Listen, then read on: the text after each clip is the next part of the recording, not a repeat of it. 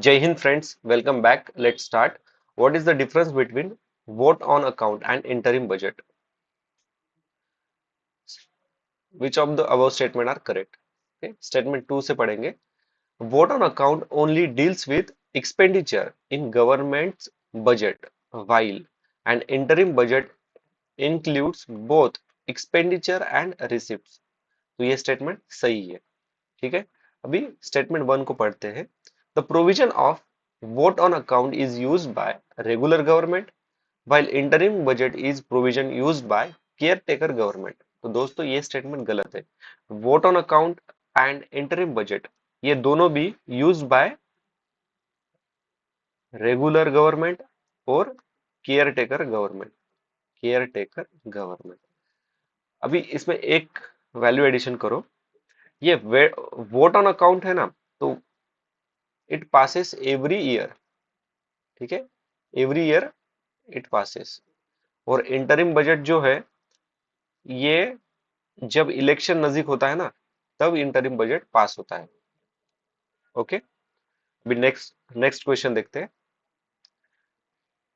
Regarding the international monetary fund, which one of the following statement is correct? It can grant loan to central bank of country. Okay, central bank of country.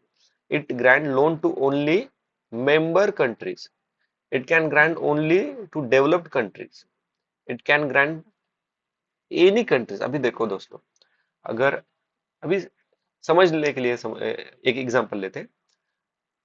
आप अगर पैसे देना है आपको किसी को उधार, तो आप आपके दोस्तों को ही दोगे ना, किसी को पहचान जो पहचान में होगा उसी को ही दोगे ना. तो फिर ये भी जो इंटरनेशनल मॉनेटरी फंड है वो भी क्या करेगा, वो भी उन्हीं लोगों को लोन देगा जो इनके मेंबर्स है. किसी भी कंट्री को नहीं देने वाला ये. ठीक है. तो ये option C is the correct. अभी आईएमएफ के बारे में थोड़ा डिटेल एनालिसिस करते हैं. तो इट इज यूएन एजेंसी. ठीक है. आईएमएफ एक यूएन एजेंसी है जिसका हेडक्वार्टर कहाँ पे है, तो वॉशिंगटन डीसी में है. अभी ये इस्टेब्लिश कब हुआ था, कोई डिक्लेरेशन पास हुआ था, कुछ हुआ था, कॉन्फ्रेंस हुआ था? तो याद रखना, ब्रिटन वुड कॉन्फ्रेंस. क्वेश्चन बन सकता है इस पे. Britain would conference. अभी ब्रिटन वुड कॉन्फ्रेंस हुई कब थी? 1944. और ये आईएमएफ इनफोर्स कब हुआ? 1945 में. ठीक है. अभी इसके ऑब्जेक्टिव्स और फंक्शन क्या क्या रहते हैं, तो ऑब्जेक्टिव्स क्या क्या है आईएमएफ के? आईएमएफ के ऑब्जेक्टिव्स में पहला याद रखो, वो प्रमोट करते हैं ग्लोबल मॉनेटरी कोऑपरेशन. ठीक है. उसके बाद सिक्योर फाइनें फाइनेंशियल स्टेबिलिटी. थर्ड है मिनिमाइज करेंगे, वो क्या मिनिमाइज करेंगे? Exchange rate. ठीक है. एंड फोर्थ इज वो रिड्यूस करेंगे वर्ल्ड की पावर्टी. ठीक है. अभी फंक्शंस क्या क्या है इनके, तो इनके तीन मेन फंक्शंस है, फंक्शंस ऑफ आईएमएफ. तो एक है रेगुलेटरी, दूसरा है फाइनेंशियल, और तीसरा है कंसल्टेटिव. ठीक है. अभी next question. 2004 tsunami made people realize that mangrove can serve as a reliable safety hedge against coastal calamities. How do mangroves function as a safety hedge? ठीक है. अभी ऑप्शन रीड करते हैं.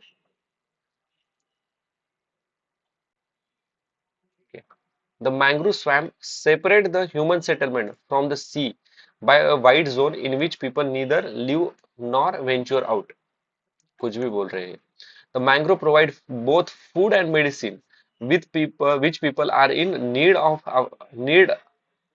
after any natural disaster. अभी देखो क्या बोल रहे हैं. मैंग्रोव प्रोवाइड क्या करता है? फूड और मेडिसिन प्रोवाइड करता है. कब करता है? कि जब पीपल नीड्स, जब नेचुरल डिजास्टर होने वाला होगा उसके बाद लोगों को क्या करता है मैंग्रोव? फूड और मेडिसिन प्रोवाइड करता है, मतलब कुछ भी ऑप्शन, वेग ऑप्शन बनाइए, ठीक है। Mangrove trees are tall with dense canopy and serve as excellent shelter. अभी देखो एक्सलेंट शेल्टर, ये ना यूपीएससी एग्जेक्टिव प्रीमियर रहती है, एक्सलेंट। ओके, तो ये स्टेटमेंट भी गलत है। अभी ये मैंने एग्जेक्टिव प्रीमियर क्यों बोला, एक और आगे एक क्वेश्चन है, वहां पे मैं आपको फिर से एक बार बताऊंगा ये। ओके, तो इसका आंसर है option number D. Mangrove trees do not get approved by storms and tide because of its extensive roots. अभी मैंग्रोव मैंग्रोव ट्रीज के बारे में थोड़ा इंफॉर्मेशन लेते हैं।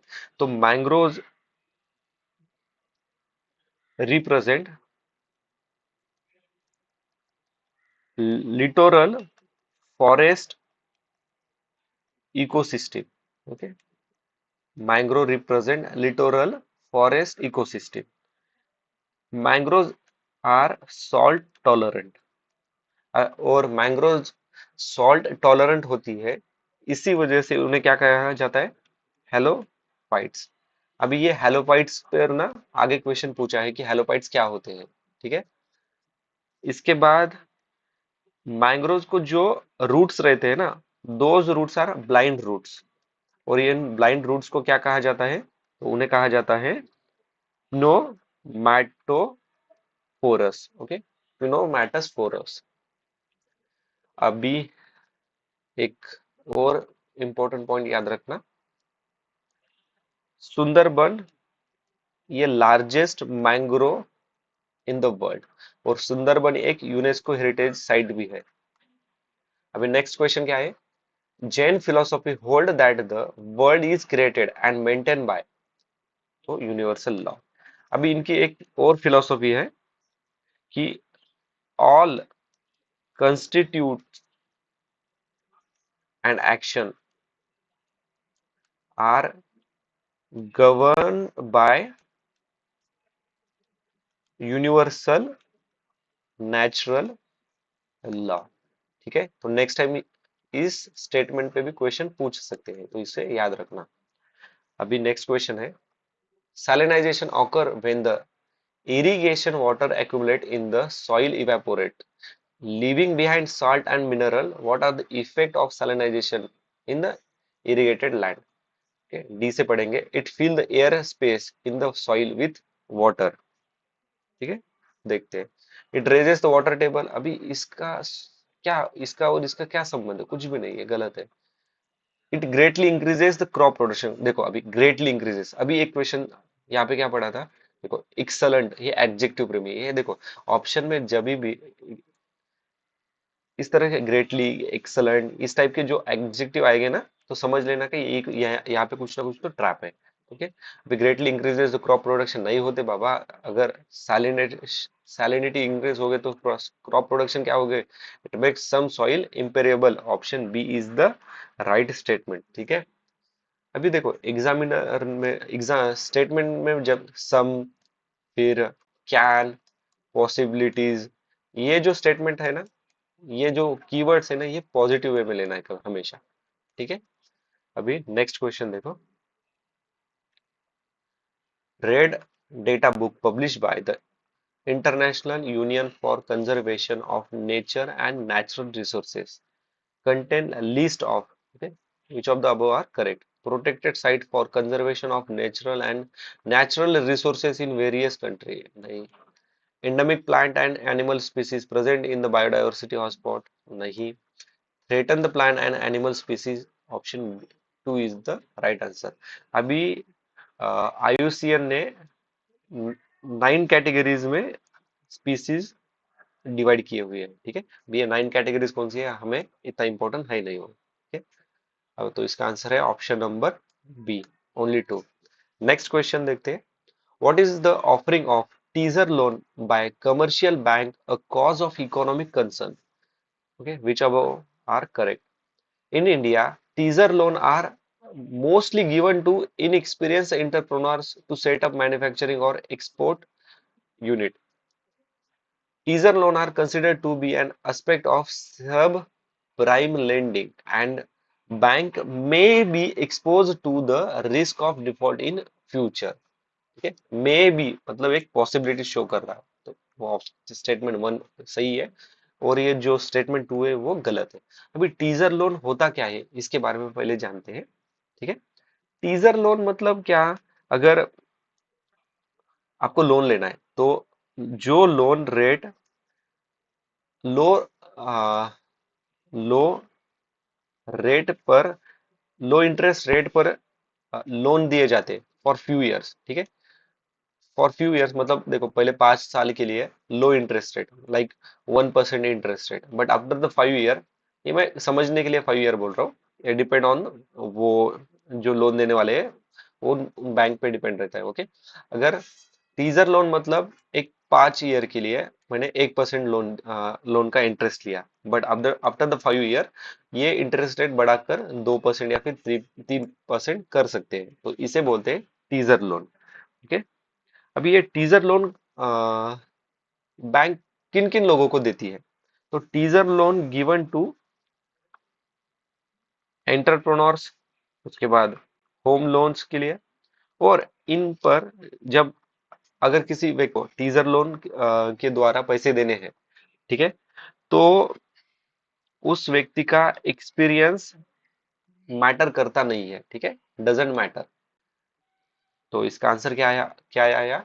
Option number A is the correct statement. ठीक है, तो नेक्स्ट टाइम में भी आप हमें क्वेश्चन पूछ सकते हैं कि टीजर लोन के बारे में which of the following statement are correct. तो क्या याद रखना है? Low interest rate for few years, उसके बाद बढ़ा सकते हैं। किन किन लोगों को दे सकते हैं? इंटरप्रेन्योर्स, होम लोन, इनको दे सकते हैं। और एक्सपीरियंस मैटर करता नहीं है। ठीक है, एक्सपीरियंस मैटर करता नहीं है। तो ये 3 स्टेटमेंट हमें अपकमिंग एग्जाम के लिए काफी काम आएंगे। ठीक है, तो नेक्स्ट क्वेश्चन अभी देखेंगे। And an artificial satellite orbiting around the earth does not fall down. This is so because the attraction of the earth.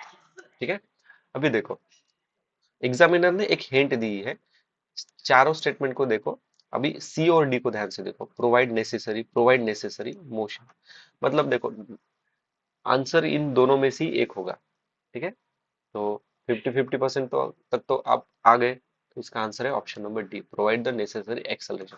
अभी इसी लॉजिक पे बेस्ड एक और क्वेश्चन है, वो हम आगे देखेंगे। अभी नेक्स्ट क्वेश्चन क्या है? In the context of Indian economy consider the following statement which of the above are correct?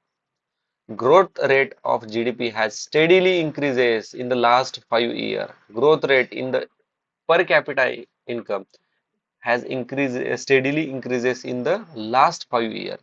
अभी देखो दोस्तों, इसके पहले भी हमने देखो पार्ट वन वाले वीडियो में हमने डिस्कस किया था कितने रैपिडली रैपिडली इंक्रीजेस या फिर रैपिडली डिक्रीजेस, ये भी जो वर्ड्स रहते हैं ना, समझ लेना यहीं पे ट्रैप है। ठीक है, तो ये दोनों भी स्टेटमेंट गलत है, इसका आंसर है option number D, neither one and two. Okay, अभी जीडीपी क्या रहती है? जीडीपी देखो समझने के लिए बोल रहा हूँ एकदम लेमन लैंग्वेज में। ये है सपोज एक रीजन, इस रीजन में एक पर्टिकुलर ईयर में सपोज 2024 में जितने finish goods and service produce हुए हैं ना, वो all count in gross domestic product. ठीक है, नेक्स्ट क्वेश्चन क्या है? In the India which of the above has the highest share in the disbursement of credit to agriculture and allied activities? तो इसका सही आंसर है हाईएस्ट शेयर किस में होता है? तो ये कमर्शियल बैंक में होता है। कमर्शियल बैंक में 60% और कॉर्पोरेट बैंक में होता है 30%। ठीक है, अभी नेक्स्ट क्वेश्चन क्या है? Okay, which of the following can aid in the furthering the government objective of the inclusive growth?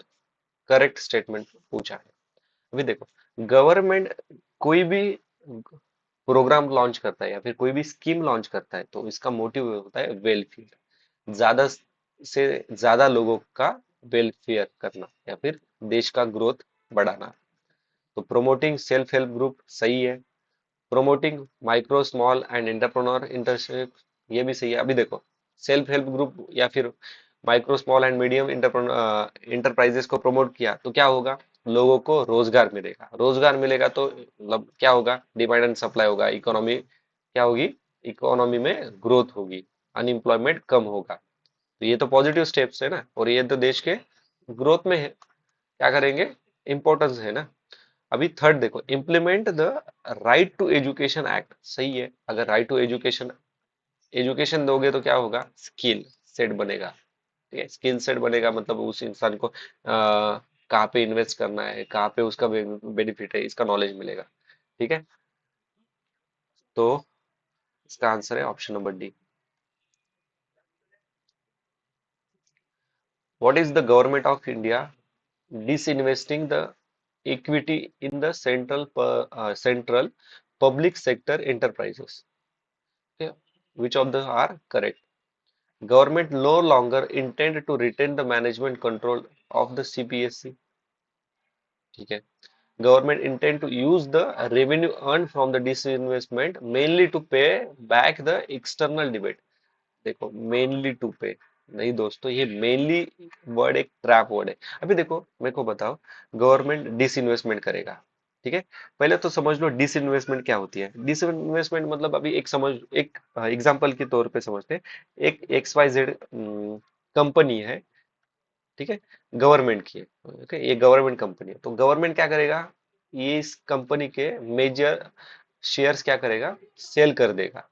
और ये जो शेयर सेल कर दिए ना, तो उससे मनी जनरेट करेगी। वो मनी जनरेट करने के बाद वो मनी गवर्नमेंट कहाँ पे यूज करेगी, तो वो मनी जनरेट डिस इन्वेस्टमेंट से जो मनी गवर्नमेंट जनरेट करता है, तो वो money government national investment fund यहाँ पर रखता है। ओके, नेशनल इन्वेस्टमेंट फंड में रखता है। और नेशनल इन्वेस्टमेंट फंड इस मनी को, जो डिसइन्वेस्टमेंट करके जो मनी मनी हमने जनरेट किए हैं, वो मनी को सोशल सिक्योरिटी स्कीम्स, इसके लिए इस्तेमाल होता है। तो ये स्टेटमेंट गलत है, देखो। इसलिए मैंने बोला था कि मेनली ये एक ट्रैप वर्ड है। ठीक है, अभी ये government no longer intend to retain the management control of CPSE, ये गलत स्टेटमेंट है। ओके, तो आंसर क्या आया, option number A only, sorry, answer क्या आया, ऑप्शन नंबर डी। दोनों भी गलत है, ठीक है, माय मिस्टेक। हाँ, अभी नेक्स्ट क्वेश्चन है, what is the difference between asteroid and comet? तो करेक्ट स्टेटमेंट कौन सा है? Comet show a perceivable glowing tail while asteroid do not, सही स्टेटमेंट है। Asteroids are small rocky planet while comets are formed of frozen gas held together by rocky and material metallic material, तो ये भी statement सही है। अभी ये जो स्टेटमेंट दो है ना, asteroid are found mostly orbit of Jupiter and Mars, तो ये स्टेटमेंट बराबर है। बट ये कॉमेट जो रहते हैं ना, found mostly in anywhere in the galaxy, anywhere in the galaxy, that's why statement two गलत है। ठीक है, अभी तो इसका आंसर क्या है, option number B, one and two. Next question क्या है, economical growth is usually coupled with, अभी पहले तो हम समझेंगे कि इकोनॉमिकल ग्रोथ होती क्या है। अभी देखो, डिमांड इंक्रीज, सप्लाई इंक्रीज होता है, रिजल्ट इन क्या होगा, मनी इंक्रीज होगा ना। ठीक है, इज यूजुअली कपल्ड, तो economical growth coupled with inflation. ठीक है, अभी एग्जामिनर ने हिंट दी है कि वो नेक्स्ट टाइम डिफ्लेशन क्या है, स्टैगफ्लेशन, हाइपर इन्फ्लेशन क्या है, वो पूछेगा। तो डिफ्लेक्शन मतलब क्या है, fall in general price level. ठीक है, प्राइस लेवल। स्टैगफ्लेशन क्या होता है कि यहाँ पे इकोनॉमिक ग्रोथ रेट कम होती है और अनएम्प्लॉयमेंट रेट बढ़ जाता है। और हाइपर इन्फ्लेशन में रैपिडली, देखो रैपिडली, एक्सेसिवली, मतलब out of control price increase होती है, suddenly out of control price increase होती है इन इकोनॉमी। मतलब एग्जांपल के तौर पे, एक 5 रुपए का पेन है, सडनली एक महीने के अंदर, ड्यू टू एक दो महीने के अंदर हाइपर इन्फ्लेशन के वजह से क्या होगा, इस 5 रुपए की कीमत 25 रुपए होगी, तो उसे बोलते हैं हाइपर इन्फ्लेशन। ठीक है, ये मैं समझने के लिए बोल रहा हूँ, इसमें काफी कम डिफरेंट डिफरेंट कंसेप्ट है। अभी क्वेश्चन नंबर 88 को देखते हैं। The lowering of bank rate by the Reserve Bank of India lead to, lowering of bank rate, ठीक है, पहले बैंक रेट क्या है वो समझते हैं। बैंक रेट, तो देखो हमें पता है कि आरबीआई ये बैंकर्स ऑफ बैंक है। आरबीआई क्या करेगी, जब जब कोई भी बैंक है, कोई भी बैंक को मनी चाहिए रहते हैं, ठीक है। अगर मनी चाहिए तो आरबीआई क्या करेगी, RBI lend money to that schedule bank, ठीक है। और किस शॉर्ट टर्म्स के लिए, तो उसे कहते हैं बैंक रेट। अभी ये bank rate lowering the bank rate, अभी ये बैंक रेट को कम करेंगे, मतलब क्या करेंगे हम, आरबीआई मनी सप्लाई करेंगे कमर्शियल बैंक को, तो कमर्शियल या शेड्यूल बैंक को, ठीक है, शेड्यूल बैंक को। तो बैंक क्या करेगी, इंटरेस्ट रेट कम करेगी, मोर लिक्विडिटी इन मार्केट आ जाएगा फिर, ठीक है। तो क्या होगा, मोर लिक्विडिटी इन मार्केट, ठीक है। तो option number A is the correct. अभी देखो इसका एग्जामिनर ने एक हिंट भी दी थी, कैसे, तो मोर लिक्विडिटी या लेस लिक्विडिटी। तो इसके पहले भी हमने एक क्वेश्चन देखा था, क्वेश्चन नंबर 81। तो वहां पे भी क्या था, ये provide the necessary speed, provide the necessary motion motion. तो मोस्ट ऑफ द टाइम ये जो सिमिलर दिखने वाले जो ऑप्शंस रहते हैं ना, वो उन दोनों के बीच में ही आंसर होता है। तो अगर इस लॉजिक से हम 50-50% परसेंट तक तो आते थे, तो इसका आंसर है option number A, more liquidity in the market. अभी next question, westerlies in the southern hemisphere are stronger and persistent than in northern hemisphere. Why? Which of the above statement correct? So Coriolis force is higher in southern hemisphere compared to northern hemisphere. Southern hemisphere has less land mass as compared to northern hemisphere. तो देखो statement one तो सही है, okay, southern hemisphere less land मास है compare to northern hemisphere. ये westerlies कहाँ से जाते हैं, तो 35 से लेके 65 लैटिट्यूड, इनके बीच में से वेस्टर्ली जाते हैं। अभी ये सदर्न हेमिस्फीयर में लेस लैंडमास होने के कारण क्या होगा, ये move faster than northern hemisphere, ठीक है। सदर्न हेमिस्फीयर में लेस लैंड फॉर्म होने, सॉरी लेस लैंड मास होने के वजह से वो क्या होंगे, move faster than north hemisphere, ठीक है।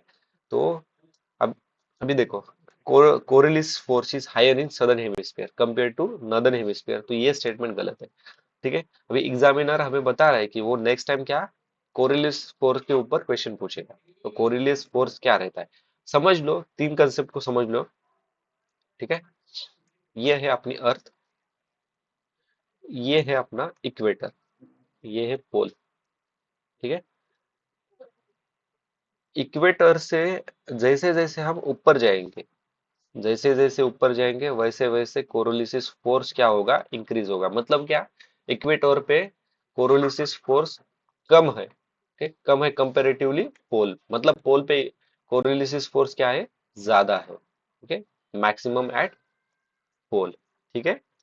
अभी नेक्स्ट क्वेश्चन देखेंगे। अभी देखो, between India and East Asia, the navigation time and distance can be greatly reduced by which of the following? Okay, which of the statement given above correct? अभी देखो इसमें ना स्टेटमेंट वन को देखो, deepening the Malacca state between Malaysia and Indonesia. ये बोलते हैं कि डीपनिंग करेंगे ये वो स्टेट को। तो मुझे बताओ, ये आप कितना भी डीप करोगे इसका कुछ फायदा ही नहीं होगा ना। अगर इसकी विड्थ बढ़ाओगे तभी तो शिप, ज्यादा शिप इंटर कर पाएंगे, ठीक है। और ये navigation time and distance can greatly reduce हो सकता है ना। तो स्टेटमेंट वन तो गलत है। Opening new canal across the क्या बोलते हैं, न्यू कैनल अक्रॉस सही है। अगर न्यू कैनल आप ओपन करोगे तो क्या होगा, ग्रेटली डिस्टेंस कम होगा, ओके, शिप्स को जल्दी पास होने के लिए टाइम जगह मिलेगी, ओके, फैसिलिटीज होगी ना, ठीक है। अभी हमने वो सूज कनाल वो बनाए क्यों थे, डिस्टेंस कम करने के लिए। तो statement two is the correct, ठीक है। तो इसका आंसर है option number B, B is the answer, ठीक है। अभी question number 91, regular intake of fresh fruit and vegetable is recommended in the diet since they are good source of antioxidant. How do the antioxidant help in present maintain health and promote longevity? तो देखो इसका answer है option number C. ठीक है, they neutralize the free radicals produce in the body during metabolism. अभी इन्होंने एक examiner ने हिंट क्या दिए है कि फ्री रेडिकल्स क्या होते हैं। तो फ्री रेडिकल्स देखो, फ्री रेडिकल्स की वजह से क्या होता है वो समझ लो। फ्री रेडिकल्स अगर ज्यादा बढ़ गए तो बॉडी के अंदर जो भी थ्रेटनिंग डिसीजेस है ना वो बढ़ेंगे। ठीक है, तो ये कंसेप्ट को याद रखना। नेक्स्ट क्वेश्चन है regarding the Indus valley civilisation consider the following statement are correct. During the period cotton was used for manufacturing textile in India. सही है। It was predominantly a secular civilization and the religious element through present did not dominate the sect। तो ये दोनों statement सही है। अगर ये question सीधा एनसीईआरटी से उठाया गया है। आप हमने देखो जब इंडस वैली सिविलाइजेशन जब पढ़ते हैं ना तो वहां पे पशुपतिनाथ मदर गॉडेस इनके शेल्स फाउंड है। ठीक है, ये प्रूफ है उनके सिकुलर का। और ये जो कॉटन मैन्युफैक्चरिंग टेक्सटाइल है ना तो इसका जो प्रूफ है वो megger Ghat site, site of Indus valley, यहाँ पे हमें कॉटन मिला था। ठीक है, तो नेक्स्ट टाइम एग्जामिनर ने हिंट दी है कि इस पर क्वेश्चन बन सकता है। Okay, megger Ghat site. Okay, may be match the pairs में पूछ सकते हैं ये।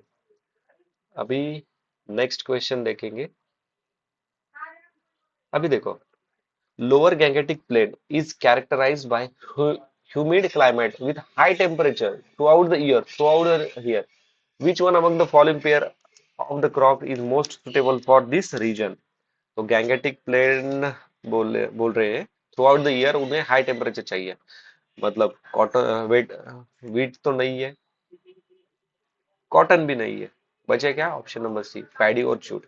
अभी देखेंगे एग्जामिनर ने क्या हिंट दिए यहाँ पे कॉटन के लिए और वेट के लिए कौन सी आइडियल कंडीशन होनी चाहिए।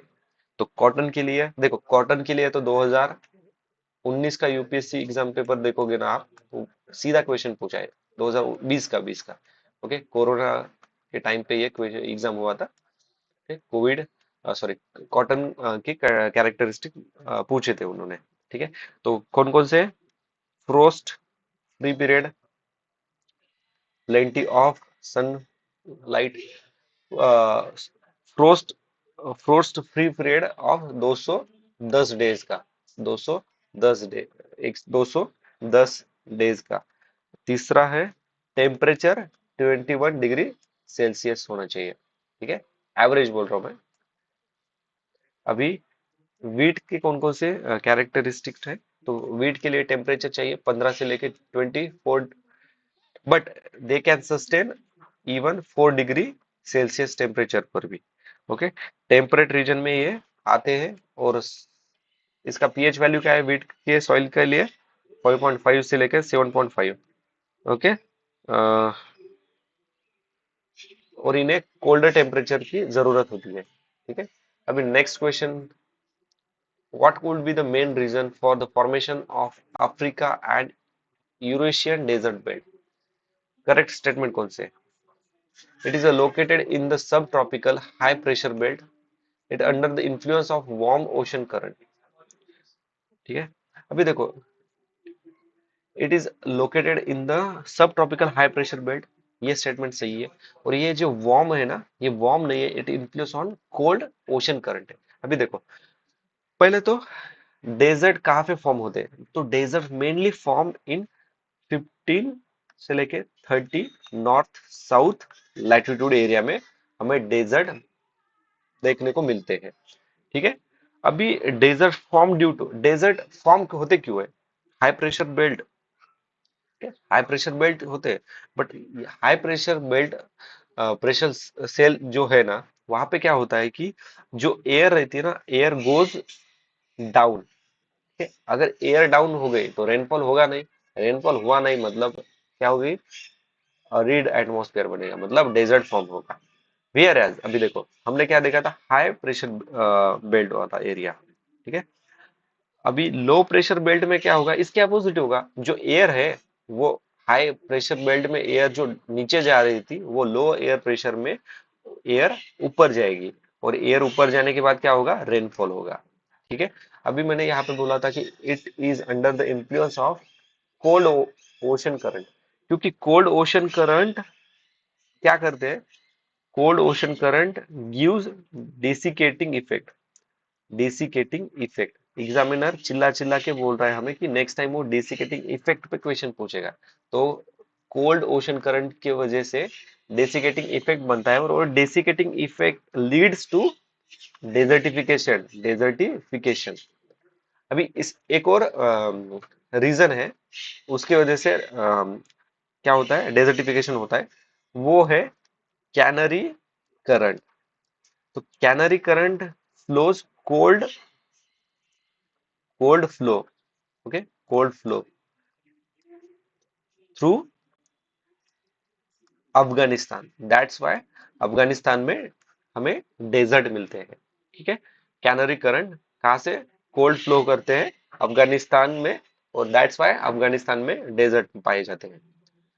ठीक है। अभी नेक्स्ट क्वेश्चन है, jet aircraft fly very easily and smoothly in the lower stratosphere, what could be the appropriate explanation.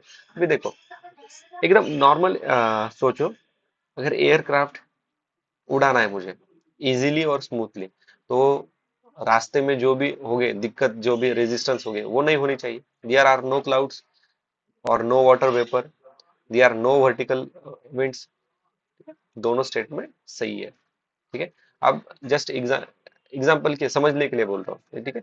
एक कॉमन कॉमन थिंकिंग है, देखो अगर आप रास्ते पे आपकी बाइक चला रहे हो, कार चला रहे हो, कुछ भी, अगर आपको ट्रैफिक नहीं लगेगी या फिर कोई नहीं आपके रास्ते के बीच में आएगा, तो आप क्या इजीली और स्मूथली जाओगे ना। ओके, उस लॉजिक की तरह सोचोगे तो समझ में आएगा ऑप्शन 1 एंड 2। अभी इन्होंने क्लाउड के बारे में एक स्टेटमेंट कहा है, तो सबसे ज्यादा क्लाउड कहाँ पे फॉर्म होते हैं, तो cloud form in exclusively cloud form in troposphere. ठीक है, तो ये स्टेटमेंट याद रखना, क्लाउड मतलब ट्रोपोस्फियर। नेक्स्ट क्वेश्चन है, biodiversity is normally greater in lower altitude as compared to higher altitude. Along the gra- mountain gradient, biodiversity is normally greater in lower altitude as compared to higher altitude. अभी मेरे को बताओ, ये mountain है, ठीक है, इस माउंटेन पर आपको सबसे ज्यादा कहाँ पे बायोडायवर्सिटी मिलेगी, नीचे वाले एरिया में, क्योंकि जैसे जैसे आप ऊपर जाओगे टेम्परेचर क्या होगा, कम होगा। ठीक है। तो इस लॉजिक के साथ 1 और 2 करेक्ट है। अभी एग्जामिनर ने इस क्वेश्चन के द्वारा एक हिंट दी है कि वो एग्जामिनर क्या पूछ सकता है हमें। तो दो कंसेप्ट है, उसको याद रखना। ठीक है। एक है इलिवेट इलिवेशनल डाइवर्सिटी ग्रेडियंट। ठीक है, ईडीजी। ईडीजी मतलब एक इकोलॉजिकल पैटर्न है जहां पर बायोडाइवर्सिटी चेंज होती है विद चेंज इन एलिवेशन। ठीक है। अभी दूसरा एक कंसेप्ट भी समझ लो, इसका नाम है biodiverse latitudinal diversity gradient, LDG. तो एलडीजी में क्या होता है कि biodiversity increases from pole to equator. ठीक है, मतलब पोल से अगर इक्वेटर की तरफ आप आओगे तो आपको बायोडाइवर्सिटी इंक्रीज मिलेगी, बट इक्वेटर से पोल की तरफ जाओगे तो बायोडाइवर्सिटी डिक्रीज होगी। इसे कहते हैं, क्या कहते हैं इसे, लैटिट्यूडनल डाइवर्सिटी ग्रेडियंट। एग्जामिनर पूछ सकता है और एग्जामिनर ट्रैप सेट करेगा, देखो ईडीजी की प्रॉपर्टी एलडीजी को देगा और एलडीजी की प्रॉपर्टी ईडीजी को देगा, इस तरह से भी ट्रैप सेट कर सकता है। तो ये कंसेप्ट को ध्यान से देखो। ठीक है। अभी नेक्स्ट क्वेश्चन देखते हैं हम। The Brahmaputra Irrawaddy and Mekong river originate in Tibet. Tibet में कहाँ पे ओरिजिनेट होते हैं ये, तो चेम्मयुंगडम ग्लेशियर, जो कि कैलाश रेंजेस में है, नियर मानसरोवर। ओके। वहां पे ब्रह्मपुत्रा क्या होती है, ओरिजिनेट होती है।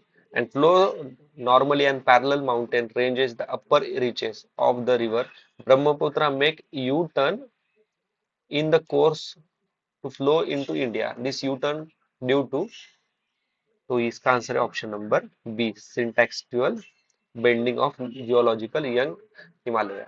तो ये यूटर्न कहाँ से लेती है, तो ये यूटर्न लेती है नम नामचा बर्मा, और इंटर होती है अरुणाचल प्रदेश से।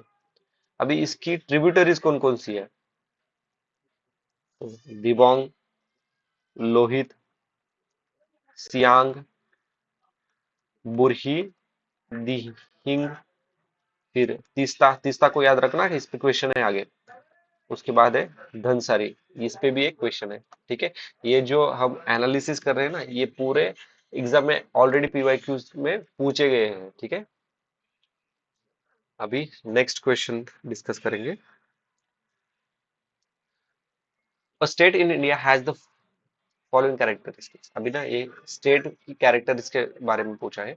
बताया है कि नॉर्थ पार्ट अरिड है, सेमी अरिड है, सेंट्रल पार्ट में कॉटन ज्यादा प्रोड्यूस होता है, और cultivation of cash crop is predominant over food crop. ठीक है, तो ये कैरेक्टरिस्टिक कौन सी स्टेट की है। ठीक है, तो देखते हैं ऑप्शन।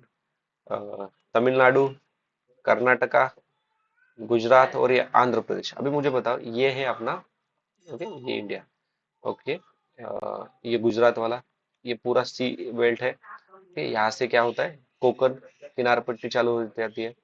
यहाँ पे वेस्टर्न घाट है, यहाँ पे ईस्टर्न घाट है। अभी मुझे बताओ, तमिलनाडु, अगर तमिलनाडु के नॉर्थ में क्या होगा, क्या होगा, ये घाट हो गए ना, कर्नाटक के यही घाट हो गए, आंध्र प्रदेश में भी यही हो गए, बचा क्या, Gujarat. Option B is the answer. ठीक है, अभी cotton, cotton belt, Deccan plateau, basalt rock, basalt rock क्योंकि वोल्केनिक इरप्शन होता है, और इसके वजह से क्या होती है, रेगुर सॉइल, यानी कि black soil, which is good for cotton cultivation. ठीक है, तो ये स्टेटमेंट, और कॉटन कल्टीवेशन के लिए 210 फ्रोस्ट डेज की जरूरत होती है, टेम्परेचर नियरली 21 डिग्री सेल्सियस लगता है, और उन्हें प्लेंटी ऑफ सनलाइट लगती है। ठीक है, ये कुछ प्रॉपर्टीज थे कॉटन की। अभी नेक्स्ट क्वेश्चन क्या है, वीपीएम। अभी ये क्वेश्चन 2011 का है, उस टाइम में करंट अफेयर में होगा, करंट न्यूज में होगा, इसलिए पूछा था उन्होंने, वर्चुअल प्राइवेट नेटवर्क। तो इसका आंसर है ऑप्शन नंबर बी। तो हमें 2025 के लिए क्या करना पड़ेगा, जो भी दोनों 2024 24 में टर्म्स इन न्यूज होंगे ना, इस तरह के साइंटेक वाले, ठीक है, तो उसको हमें गो थ्रू करना है। अभी आज का आखिरी का क्वेश्चन है, dharma and rita despite a central idea of ancient Vedic cultivation of India in this context consider the following statement. अभी देखो, धर्मा मतलब क्या है, duty. Dharma was a concept of the obligation and the discharge of one's duty to oneself and to others, बराबर है। अभी रीटा मतलब क्या है, रिचुअल्स। रिचुअल्स मतलब क्या, कुछ लॉज होते हैं, कुछ परफॉर्म करने के लिए जो विधि रहती है। ठीक है, was fundamental moral law governing the functioning of the universe and all it content। देखो, एकदम लॉजिक, कॉमन लॉजिक से हम इसको सॉल्व कर सकते हैं। ओके, तो करेक्ट स्टेटमेंट कौन से, ऑप्शन नंबर सी, 1 और 2। ओके दोस्तों, थैंक्स फॉर वॉचिंग। अगर कुछ डाउट या फिर सजेशन है तो प्लीज कमेंट बॉक्स में मेंशन कीजिए। Thanks for watching, see you in next video. जय हिंद।